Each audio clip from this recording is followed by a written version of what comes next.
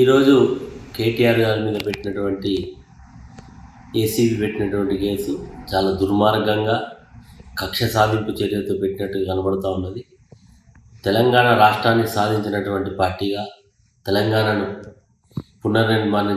నిర్మాణం చేసినటువంటి ఒక మంత్రిగా హైదరాబాద్ ఇమేజ్ను అంతర్జాతీయ స్థాయిలో తీసుకెళ్ళినటువంటి ఒక మంత్రిగా ఆయన బాధ్యతను నిర్వర్తిస్తే ఈరోజు ప్రభుత్వం అధికారంలోకి వచ్చిన తర్వాత కక్ష సాధింపు చర్యలకు పాల్పడుతూ ఎలాంటి అవినీతి లేకుండా అవినీతి ఆరోపణలు చేస్తూ నిండు శాసనసభలో చర్చిస్తాం రా అంటే రాకుండా ముఖం చాటేస్తున్నటువంటి ఈ ప్రభుత్వ అధినేత రేవంత్ రెడ్డి గారు అక్రమంగా కేటీఆర్ గారి మీద పెట్టినటువంటి కేసులను పూర్తిగా ఖండిస్తున్నాం.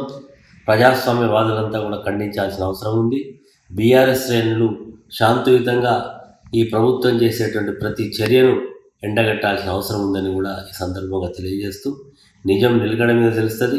రేపు చట్టంలో అక్రమంగా పెట్టినటువంటి కేసులు అన్నీ కూడా న్యాయస్థానాల్లో విచారణ జరుగుతున్నప్పుడు అన్ని విషయాలు కూడా తేడతెల్లమైతే నిజంగా ప్రభుత్వానికి చిత్తశుద్ధి ఉంటే ప్రజాక్షేత్రం నిజంగా ప్రజా సమస్యలు చర్చించేటువంటి వేదిక శాసనసభ కాబట్టి అదే శాసనసభలో అన్ని విషయాలు కూలంకషంగా చర్చిస్తే వాస్తవాలన్నీ కూడా బయటకు వస్తాయి. కానీ వాస్తవాలు రావడం ఇష్టం లేనటువంటి ప్రభుత్వం దీన్ని దాచాలనేటువంటి దురుద్దేశంతో ఈరోజు చర్చకు తావివ్వకుండా అక్రమ కేసులు పెట్టి కేటీఆర్ గారిని బంధించి ఆయన గొంతునెక్కాలని చూసేటువంటి ప్రయత్నాన్ని ఖచ్చితంగా బీఆర్ఎస్ పార్టీ ఎదుర్కొంటుంది, న్యాయస్థానాలను ఆశ్రయిస్తుంది.